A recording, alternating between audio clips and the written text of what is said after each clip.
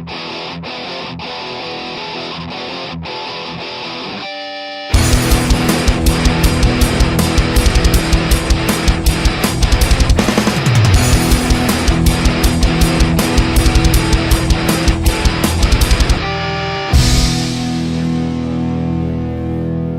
y'all, it's Heel Heat time. Hi, everybody, and welcome to Heel Heat. My name is George Coles, and this is a Heel Heat Top 10.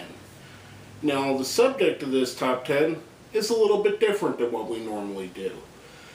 Normally, we cover professional wrestling and wrestling related Top 10s. This time, however, we're going to go into another one of my personal passions, and that is the Philadelphia Flyers of the NHL. We're going to go with the top 10 Philadelphia Flyers. Let's start it off, jumping right in. Number 10, Brian Propp, a mainstay of the Flyers during the heyday of the 1980s. Great player, great winger, fantastic scorer. A guy who kind of gave you goals when you needed them the most. Seemed to be the guy that would be there. You know, in the important times, he would step up. A fantastic power play forward. A guy, he was a great talent, one of the great Flyers of all time. One of my favorites growing up as a kid. Number 9. Another guy who played a lot with Brian Propp, and that's Tim Kerr. Tim Kerr, another great of the Flyers of the 80s run. Again, one of the best scorers in the history of the Flyers. One of the first guys, along with Mark Messier, to really bring in that power forward, big, powerful, strong guy that would stand there and basically not take any crap and pound around the net. Get most of his goals within 5 feet of the goaltender. Extremely talented guy, a guy that kind of set the bar for what we would see in the 90s with power forwards like Eric Lindros and so on and so forth. But a great player, another one of the great Flyers in the 1980s, some of the great teams in the history of the franchise from that decade. Number 8, our first defenseman on this list, Eric Desjardins. A staple of the 90s Flyers, one of the guys who came over and probably, in my opinion, one of the most lopsided trades in the history of the NHL. We traded Mark Recchi, who by no means was a slouch. He was a great player for many years. And in return, we got Eric Desjardins and John LeClair. Now, LeClair was thrown in. He wasn't expected to be nothing. He went on to become something really special on the Flyers, as well as Eric Desjardins being our defensive stalwart for about a decade after he was traded to the team. The guy was just amazing. You could put him on the top line, pair him with anybody. He was pivotal in the Cup run of 1997. Many of the years he carried the defense, carried the team on his shoulders. Just a great defensive talent. One of the guys kind of a little bit underrated in history of the NHL. But I think one of the finest defensemen that ever strapped on a pair of skates, and definitely one of the finest defensemen that ever strapped on a pair of skates for the Flyers. Number 7, a former teammate of his. And that's Simon Gagne. The guy that kind of took the Flyers from the Eric Lindros era of the 90s into the 2000s. Kind of was there through some of the down times in the late 2000 decade, the early 2000s before the cap, or before the lockout. A guy, he's again another one of the great scorers in Flyers history. A great talent, really carried on the flame for his generation of what a Flyer should be. Showed you an example of what heart and determination and grit was.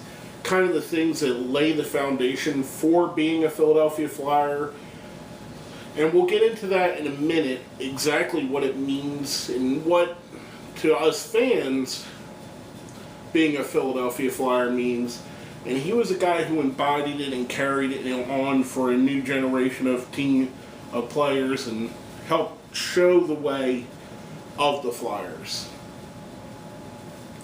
Now, our number 6, probably the guy that embodied being a Philadelphia Flyer more than anybody else. There's a few other guys on this list that did it just as much as him, but this was the guy. This was the guy, front and center, one of the faces of the 2 Stanley Cup teams of the 70s, one of the Broad Street Bullies, the rough and tumble, fight at a drop of a hat, don't take no crap from anybody, could score when he needs to, just an extremely talented guy, and that's Dave the Hammer Schultz. Here's the guy that teams feared playing, much like how the Flyers built themselves from the beginning of the franchise to very recently, was they wanted to come out on the ice and embody fear. They wanted you to fear them. They wanted you to be afraid of what was going to happen to you playing the team. Now, recently, rules have changed where they can't employ that style as much anymore. It's, and it's not bad, it's not a good thing. It's not here nor there. It's the evolution of the sport. Every sport goes through that. NBA's rules since the 70s have changed a lot. NFL's rules since the 70s have changed a lot. Major League Baseball's changed a lot since the 70s. FIFA and soccer's changed a lot in their rules since the 70s. Sports evolved. They become safer to play. Unfortunately, the style of Dave Schultz would not work today. But for what he did, it was revolutionary, it was groundbreaking. They just basically came out there and became the Broad Street Bullies. They bullied you into defeat. And he was one of the faces of that organization, of that team. Number 5, probably the biggest what if in the history of the NHL, and that's Eric Lindros. One of, if not the most talented players to ever put on a pair of skates. If not for concussion issues, we'd be talking of Eric Lindros along the lines of Mario Lemieux, Bobby Hull, Bobby Orr, Wayne Gretzky, Mark Howe, Gordie Howe, as one of the great players of all time. Unfortunately, there were those issues. There were the concussions. There were the injury setbacks. However, when he was on the ice in the prime of his career, which if it was it would have been longer, he would have easily been one of the top 1 or 2 guys on this list. When he was on the ice, he was the most dominant force in hockey. There was no one that could stop Eric Lindros. There was no one that could even game plan for him. He was so skilled, so muscular, so much of the evolution of what the sport had been. He was like the skill of Wayne Gretzky in the body of Mark Messier. Something that had never been seen before. Just an amazing talent with an amazing amount of skill and just... Like I said, he's the biggest what if in the history of the NHL. What if he didn't get injured? What if he stayed healthy?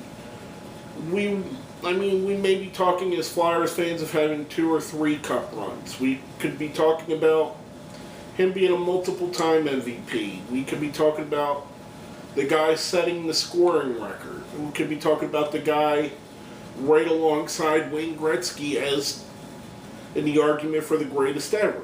Alas, not meant to be. We did get some good years of brilliance out of Eric Lindros. Some Flyers fans have a negative connotation on him, and that's okay. You're more than welcome to your opinion of the guy. Strictly from the time he stepped on the ice for the Flyers to the time he left the ice as a Flyer, he was an extremely talented player that did a lot for the organization. Now, our number 4, our second defenseman to make this list, and that's Mark Howe, the son of the great Gordie Howe, A guy who had a lot on his plate coming into the NHL, a lot to live up to. Gordie Howe, one of the 2 or 3 greatest players of all time, and you come into the league as his son, there's high expectations for you. Mark becomes a defenseman, plays, goes from the Whalers over to the Flyers, carves out his own niche, takes us on our 2 cup runs of the 80s, really sets the bar, becomes one of the great defensemen of the decade. I think personally one of the most underrated defensemen that's ever been. It took him, I don't know how many years to get into the Hall of Fame, but way more than it should have. He should have been a first ballot Hall of Famer, no question of it, based on his talent alone. The guy was amazing. He was the guy that could shut down your top line, whether it be Mario Lemieux, whether it be Joe Sakic, Steve Yzerman, Wayne Gretzky, Jari Kurri. All the greats of the 1980s got shut down by Mark Howe. He was the stalwart. He was the one that kept us in the games. He was the one that kept us relevant. He was the one that made our defense what it was and helped us in the long playoff runs and the championship runs. Just an amazing talent that I think, again, one of the critically underrated NHL players in history. A lot has to do with the fact that he was a Flyer. Love it or hate it, the Philadelphia Flyers carry a negative connotation with a lot of hockey fans. Unfortunately, that's just the way it is. Some people don't like the Broad Street Bullies and still hold it against the Philadelphia Flyers to this day what they did to pure hockey. Unfortunately, being a Broad Street Bully fan, that's the other side of the coin. We love what they did. We love that they were different. They embodied the city of Philadelphia, the hard-working, hard-nosed, bust your ass, and bust the other team up. If you don't like it, pack up and go home. And again, the rules have changed since then, so the team games are different. But unfortunately, I think that's kind of why Mark Howe gets overlooked, because he was a Philadelphia Flyer, which is a shame. It really is. Here's one of the great talents of the 1980s, and he gets overlooked more often than not. Got overlooked for the Hall of Fame several years.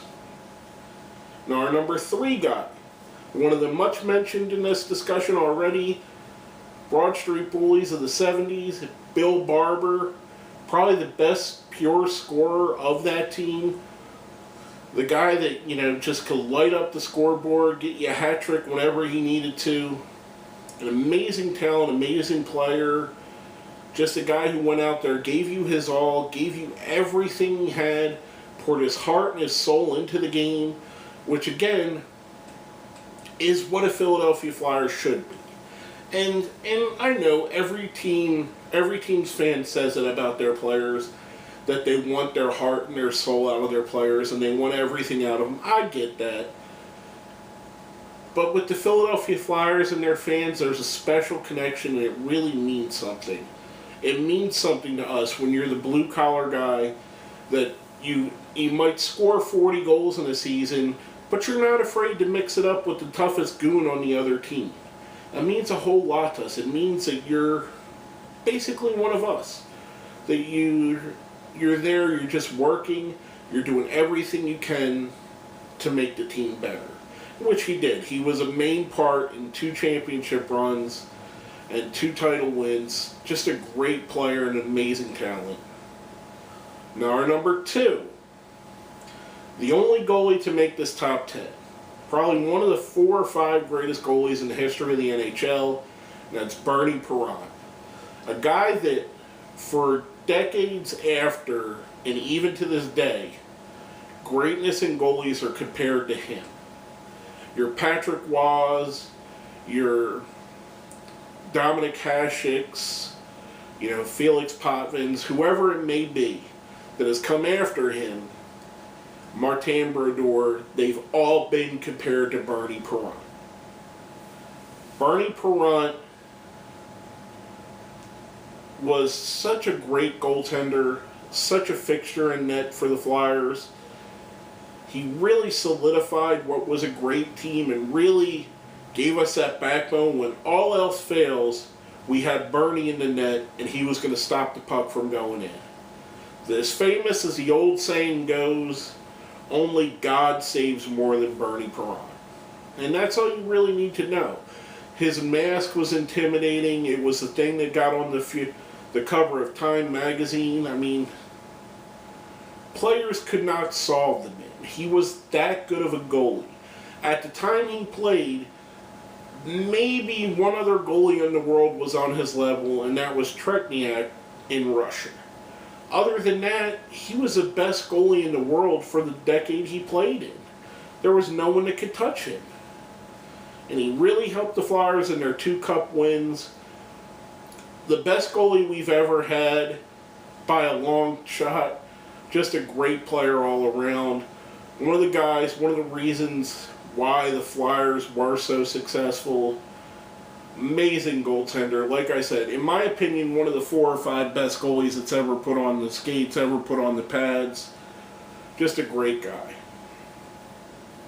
Now, before we get to our number 1, I know that there's probably a lot of you that are new to this, being as that this isn't a wrestling discussion. We do a little thing called the best of the rest. Basically, these are guys that just barely missed the list. In no particular order. First, Kimmo Timonen, a guy of the new generation, the new century, kind of was a defensive leader for the last 10 or so years with the Flyers. A great player, kept it through, helped the Flyers in their run to the Stanley Cups when they recently lost to the Chicago Blackhawks. Just a great player, a great stalwart on the back line. Again, amazing talent, great Flyer, great player. Also, the second best goalie in Flyers history, Ron Hextall. The guy that a lot of people know for scoring 2 goals, one in a regular season game and one in a playoff game. A lot of people also know him from his many goalie fights. One of the most prolific fighters in the ranks of goaltenders.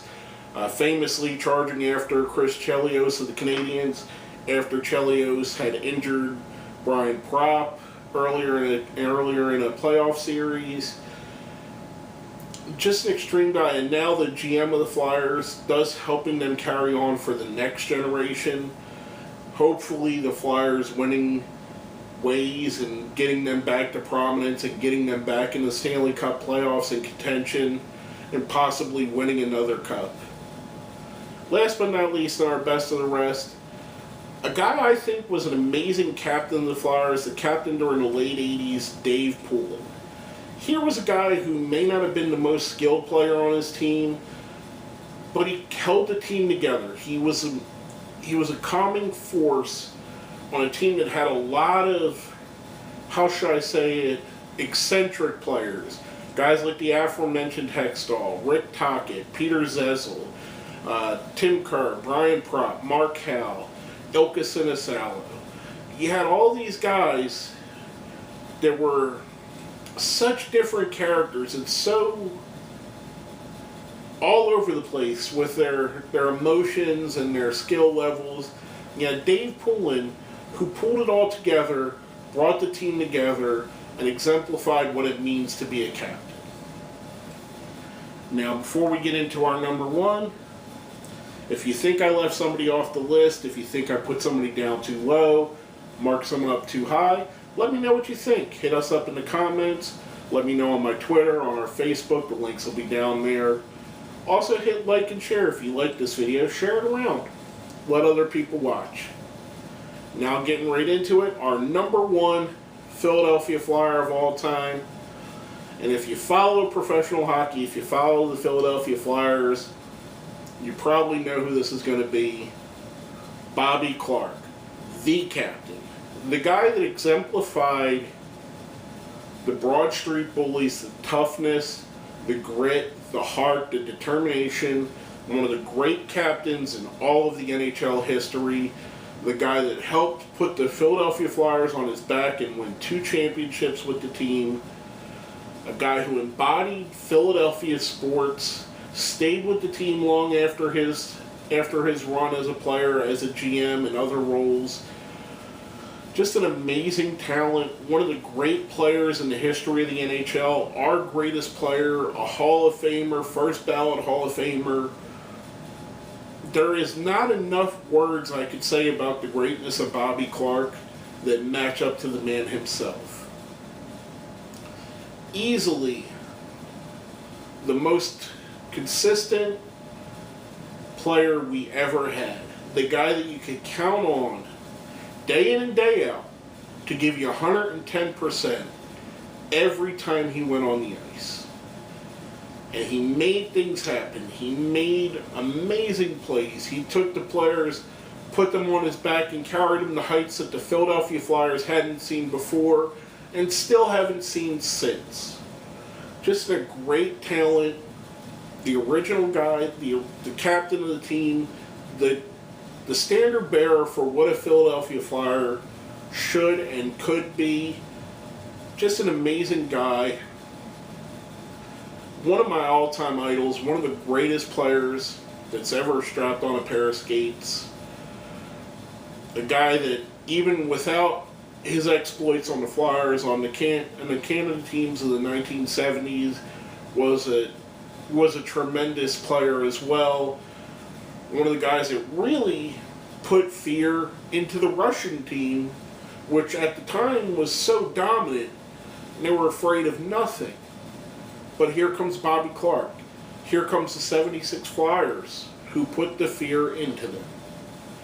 Guy who set the tone, set the bar, worked hard, worked into the corners, wasn't afraid to get his nose bloody, wasn't afraid to get his hands dirty, did everything he could to help the team win. And when they did, 2 back-to-back championships, just a great player, probably the greatest time to be a Philadelphia sports fan was during Bobby Clarke's reign. But basically, that's all I have to say about that. My name is George Coles, and this has been a Top 10 Philadelphia Flyers.